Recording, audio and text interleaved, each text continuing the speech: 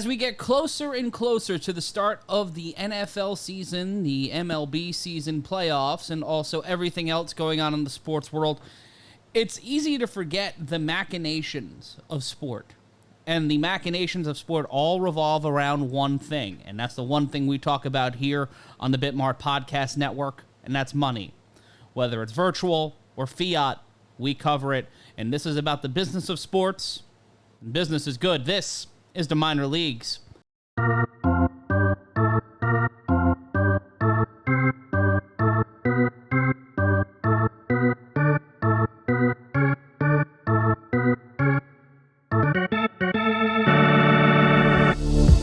Minor leagues, Matt. We're moving on up to the majors soon enough, but you are so right.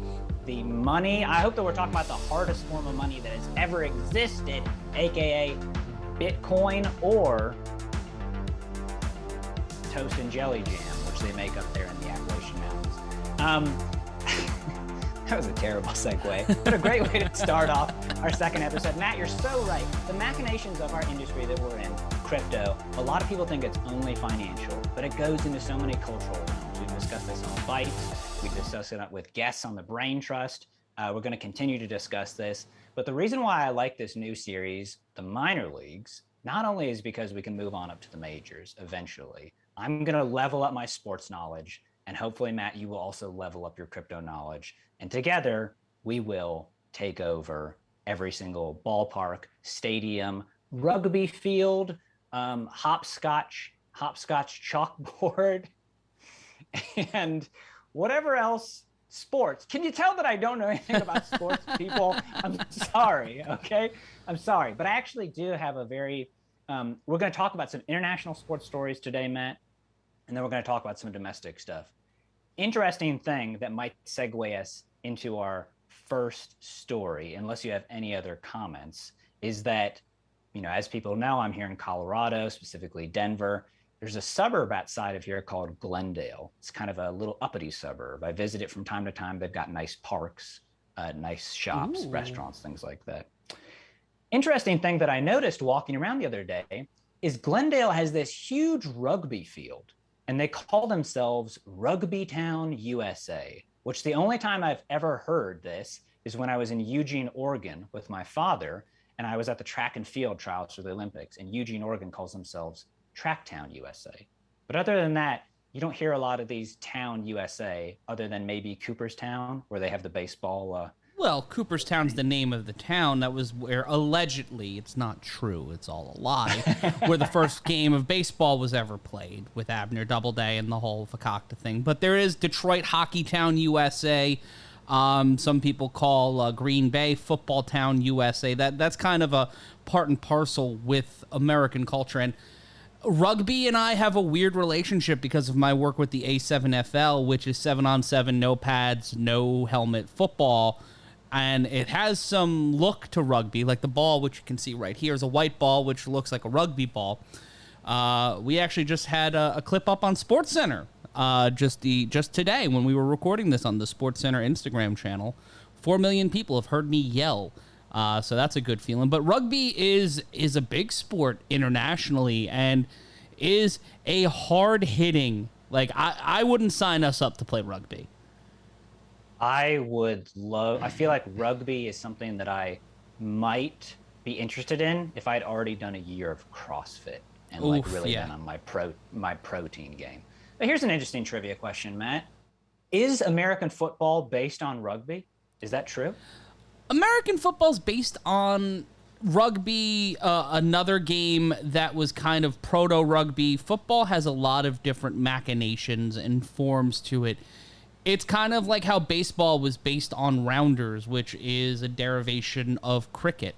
So all of our sports are predicated on other sports, like field hockey, lacrosse, hockey. They all kind of share the same genus, like that same impetus, and they just kind of gestate and form out of different things. So this is a question for you that you'd be able to explain. So obviously the world's most popular sport internationally is soccer, but they call it football most other places. But if I wanted to see something like American football and I was someplace in the world other than the United States or North America, I'd probably want to go see a rugby game. Is that correct? If I wanted to get something close to it? Well, there's pro football in Europe. There's pro football in Japan. I do believe that there's burgeoning different offshoots within Asia and different parts of the world. And, you know, the ability to watch football, American style football across the globe is fairly possible, but rugby has the advantage in Australia, in New Zealand. It's huge in those parts of the world, in South Africa, different parts of the world. But yeah, if you're looking for an elite level of athletic competition that is similar in scope to pro football in the United States in a different vein, then yeah, I would go rugby. Interesting. I did not know that they played American football in Japan. Yep. For some reason, I just didn't. I know the Japanese are big baseball players. I could see that. I what did Japanese football players look like? That's just, I'm going to go down a whole rabbit hole. Well, it's a lot of American players, kind of like in basketball, who aren't. We talk about this on the A7FL podcast with A7FL MVP Starry Codrington. I'm not plugging. I'm just like, this is where I learned about football being played at the pro level in Germany, and there are players like ex-NCAA Division I athletes who play professional sports in different countries. In Japan, I know people I went to college with who played NCAA ball, who ended up playing in different parts of the world. That's really common. But football, it's lagging behind, but it's quickly becoming a global sport. I did not know that. So I'm just continually dropping knowledge bombs here on me. Matt, so before my brain is destroyed, I'm going to try and connect this sports to crypto right here. And that's a story that I kind of wanted to highlight here. It's an international story that I got from Cointelegraph actually yesterday. And that is that there is, in South Africa, where rugby is really, really popular, is what I understand. There's a rugby icon there, and his name is Siya Kolisi. He's a pretty well-spoken guy.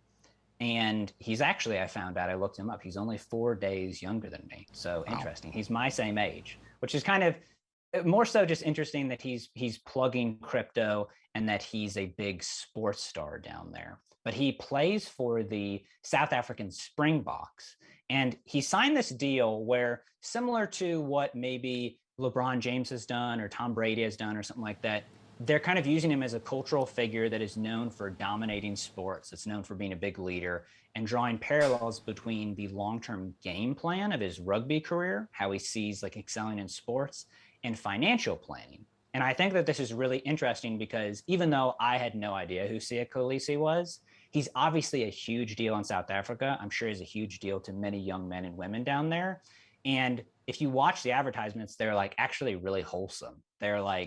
They're kind of tell you that like, and it's weird that they launched this too when crypto is obviously like kind of in a bad spot, in a bad position, about how he says to zoom out, make long-term plans, and just like he essentially says that just like you would train for rugby or any other sport, you should do the same with your finances, and that certain types of crypto, he's endorsing a particular exchange. I won't name the exchange, but for certain types of crypto, and I'm sure that he's big on Bitcoin and the top ones, if you zoom out, are going to be better for your finances and the financial system overall than what South Africa's fiat system or traditional finance system is. So I found this really interesting. It did remind me of Tom Brady, LeBron James, something like that, when they do almost like public service announcements. Obviously, it's not that. It's a paid commercial announcement. But like I said, if you look at it, it's really wholesome. So I wondered kind of your thoughts on this. Well, if you're cultivating an image and a personality, you do want that level of elite. We in the United States have learned, and this is a thing for European soccer too, the athlete is marketable. The athlete is a commodity. And the athlete's image is important to be curated to fit what your endeavor is, what you're looking to do. When you're an investment firm or you're a crypto exchange or what have you, when you deal with money and you're talking about long-term plans, Look at New York life here in the United States, how they market. It's an elite, like think of your family. It's all very good marketing, and it's a great way to present an athlete on the field as someone who's wholesome. You can listen to him. He's a leader. He's like, it's creating that idea that you can buy something off of him because you trust him, because he's an athlete on the field. He's coming to you in a warm, congenial way, and it's in that PSA style. Like, I'm doing this for you, so you and your family, instead of, more aggressive American marketing. Yeah, and there's something that, like, and maybe I'm totally wrong here, before we get to one of the other stories or talk about a domestic story, I want to talk about Tom Brady's autograph service, because it's so interesting seeing celebrities get into the niche in the crypto. Do you think there's something where intrinsically we as people, not as Americans, because me and you're both American, I'm talking about internationally, we as people, we tend to trust athletes a little bit more when they endorse stuff versus other types of celebrities like actors or creative people? Am I crazy? I'm thinking that, but like, are athletes seen as a little bit more wholesome, for once again, lack of a better word? Because athletics is such it's almost always predicated on physicality, and there's a sort of purity to it. Am I crazy in thinking that? You're not crazy, but I think it depends on what your opinion of sports are, and what what the product is. And if I'm not usually someone who bases what they choose or what they imbibe based on celebrity endorsements, and that's not me just trying to be cool and hip. It's just like I work in marketing, so I kind of know the bit by now.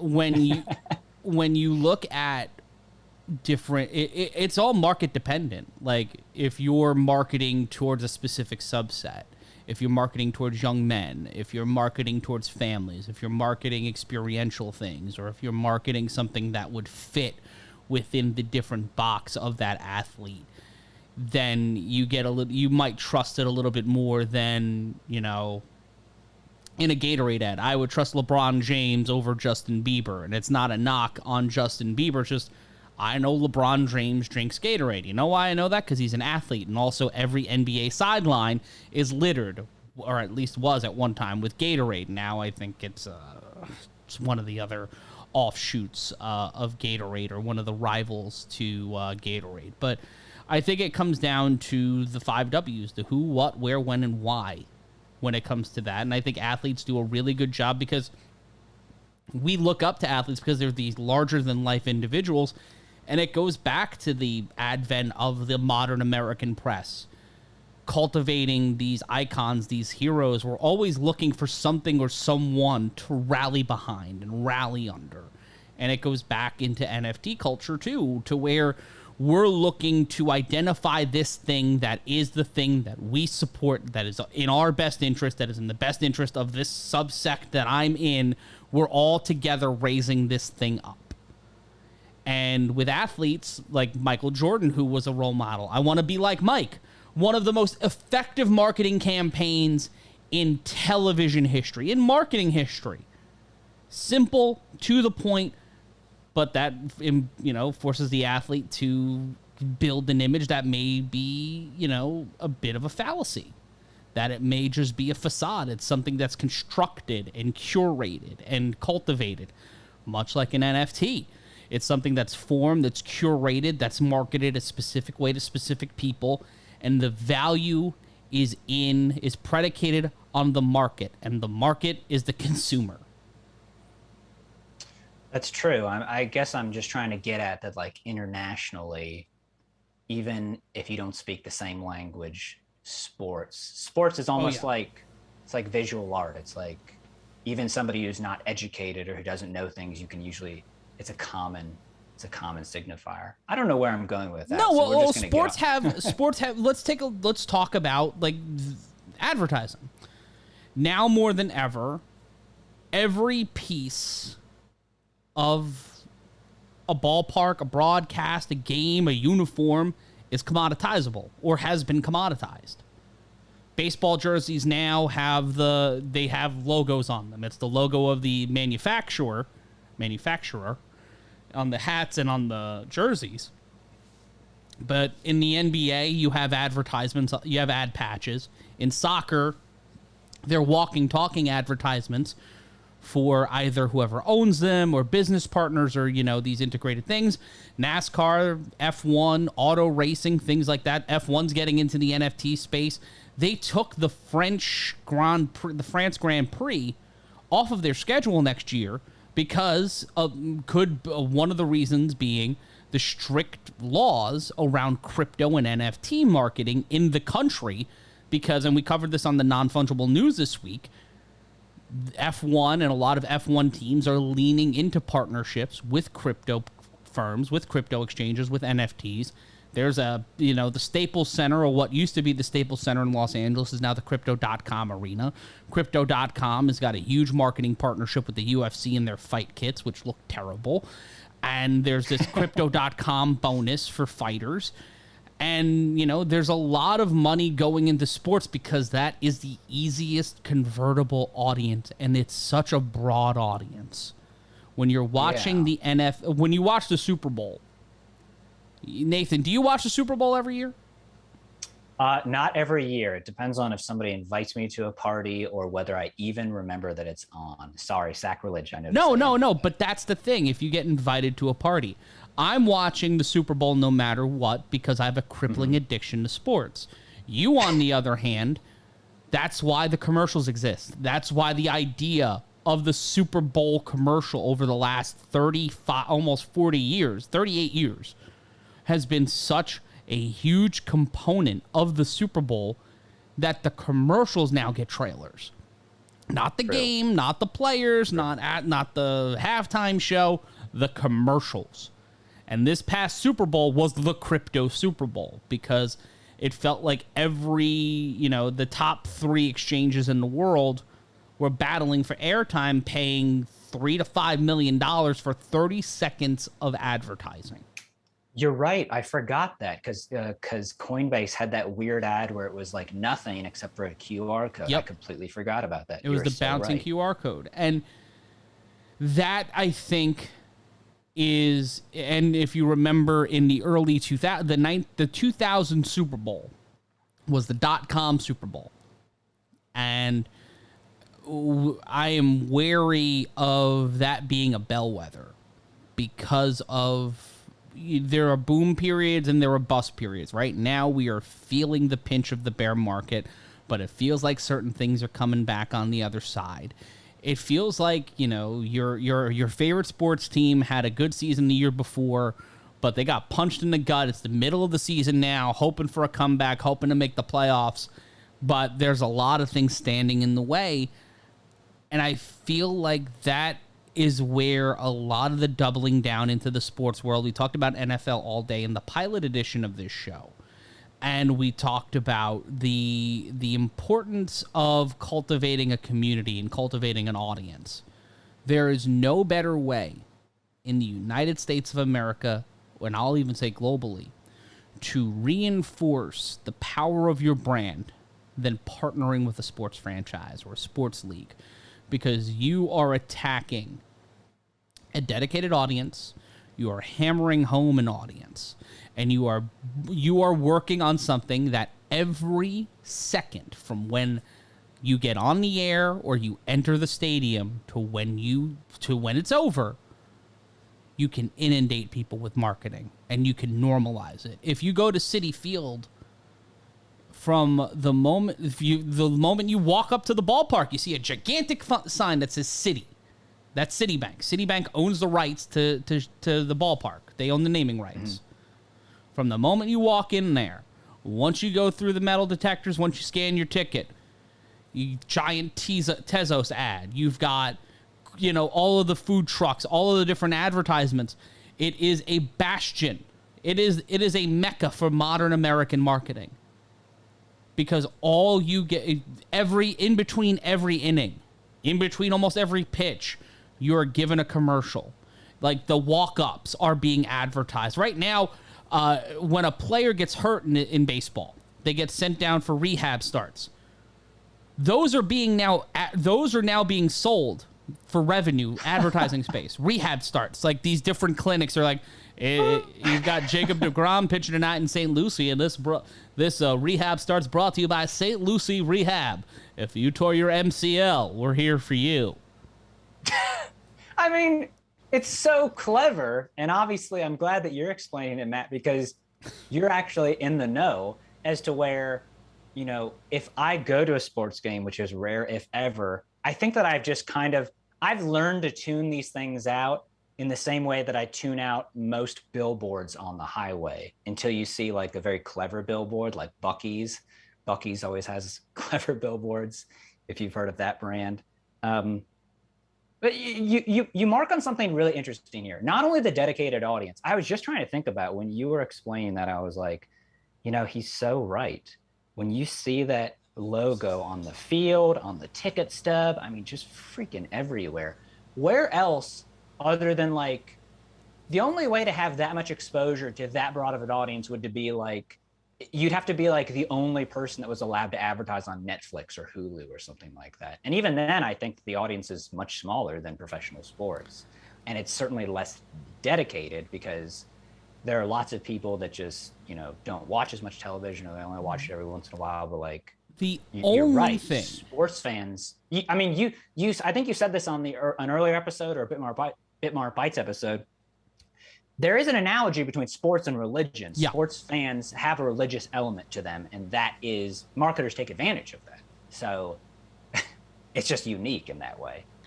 And I was about to say, the only audience that is more captivated are people who watch cable news and people who go to church. Any religious, you know, any religious house of worship.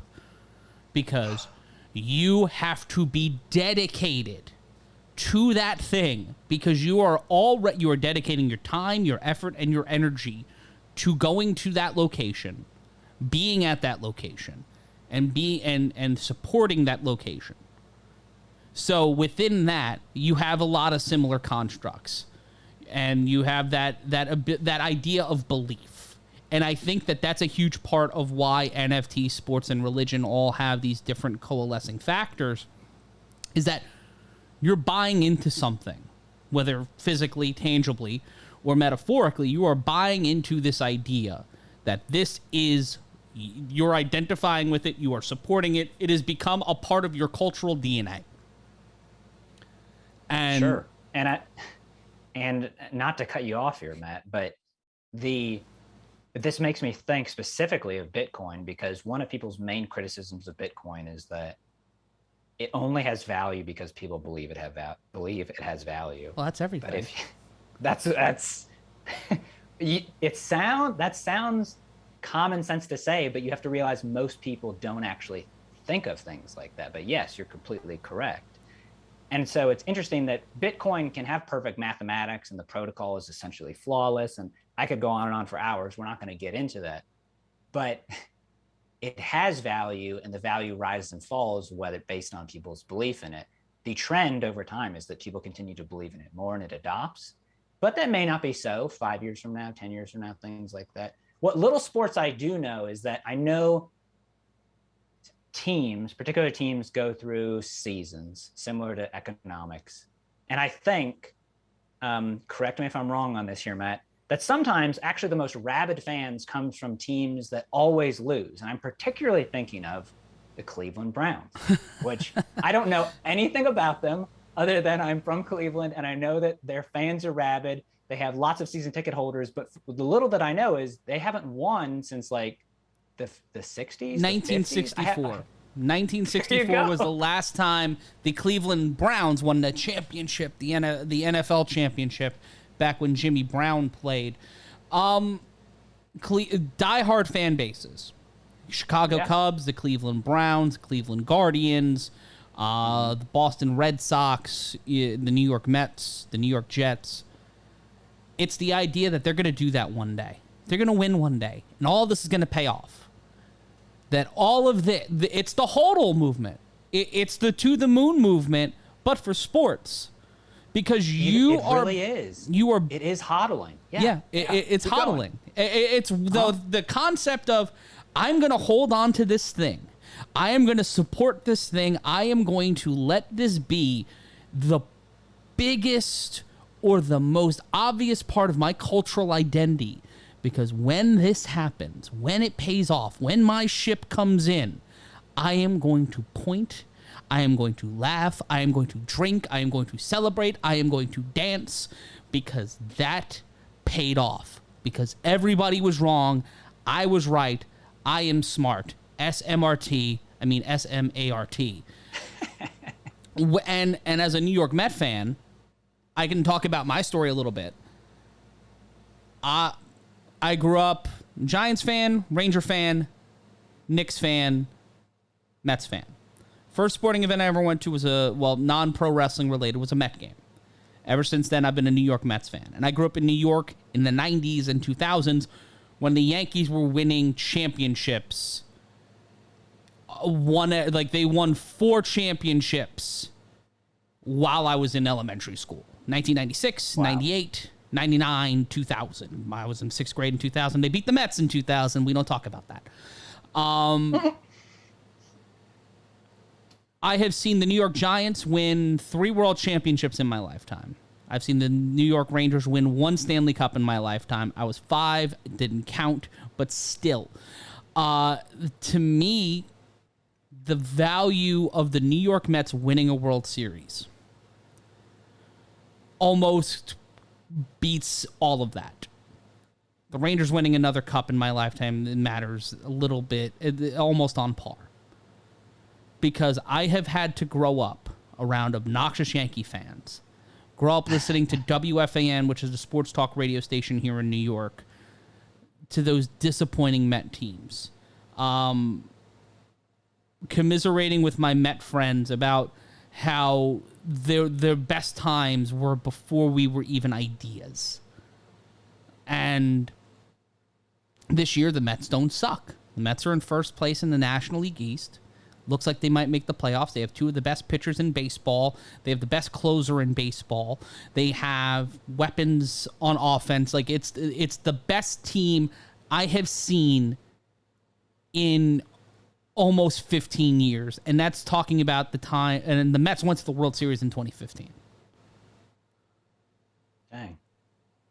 I bought a ticket pack to go to 6 games this year. Going to the next one on Wednesday, it's the Mets and the Dodgers. I'm having a panic attack thinking about it now because the Dodgers are the best team in baseball. But I invested hundreds of dollars into good seats for multiple games because I have belief in this team again. I have faith in a ball club that has hurt me an innumerable amount of times. I am hodling with my ballpark app 5 more games to go to, and maybe the playoffs, maybe the NLCS, maybe the World Series. And I care more about baseball now than I have cared about baseball since high school, college, since I worked in baseball, since I worked for the Brooklyn Cyclones. And I can only imagine the true believers of Bitcoin, the true believers of BAYC, the true believers of these meme coins or these different tokens, because there are people out there who don't look at this as an investment that is a part of a portfolio. They look at this as the most defining investment they will make in their lives, because this is going to define who they are as a person. This is their character trait. This is who they are. This is what they demand the world recognize as what they will represent. What is their epitaph? The first line on their obituary when they pass away, when they are put in the ground, or in my case, shot out of a cannon and buried where I land. I'm not joking about that, by the way. Nice Hunter S. Thompson reference. Yep. Oh no, that's how I'm going. That level of passion and of evangelism is so important and so dangerous and so precious. That's why it's dangerous. It's precious. Because It's a double-edged sword because it can either make you or it can break you. And as someone who has been broken an inordinate amount of times this year by the Rangers in the Eastern Conference Finals, by the New York Giants' very existence, and the Mets just just falling apart sometimes. Like, if I had to do that every day, looking at bitmart.com and looking at the price, or going to my wallet and checking the value, I would be sick every day. I would be a gigantic ulcer. I would be a bearded ulcer just walking this earth. Like Jules Winfield at the end of Pulp Fiction, just wandering the earth. And the respect I have for the true believers of crypto, the true believers of NFT, is remarkable, because if you are truly rooted in the human experience, those are the lowest lows and the highest highs because of the actual the relative importance to your life. Yeah, I mean, you make so many good points, Matt. It's really a shame that we're going to have to wrap up here in a little bit, but we're going to continue this as always. I just wanted to have some comments. One, I didn't realize that hodlers and sports fanatics are essentially, they're practicing the same religion. It's just one's in the physical world and one is in the digital world. But you made me think of, like, there are fundamentalists in the crypto world. They're called maximalists. They exist for every single project, from Bitcoin to Ethereum to Dogecoin, believe it or not. No slight on Dogecoin, it has its uses. But I mean, if you've bought Bitcoin consistently and you've held, in November of 2021, you saw your portfolio bigger than ever before. I mean, it just swelled, and you thought, I could sell it, I could have all this fiat, I could do this with that after taxes, blah, blah. And now you are down 70%. And that's on a good day. So that is comparable to when you're like, oh yeah, my favorite team, they won the championship last year, and I was celebrating out in the streets. And this makes me think of, I went to Auburn University. I was there when they won the national championship in, I think it was 2012 or 2013. Don't quote me on that. It was one time in the teens. And then the next year, they just flopped on their face. And I'm kind of lucky in that respect that I have never had an emotional attachment to a sports team.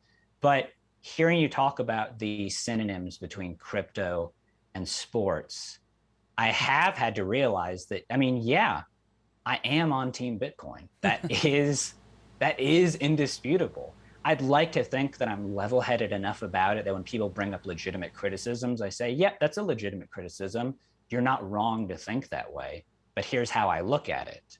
I do still defend it. I do still have answers to the criticisms.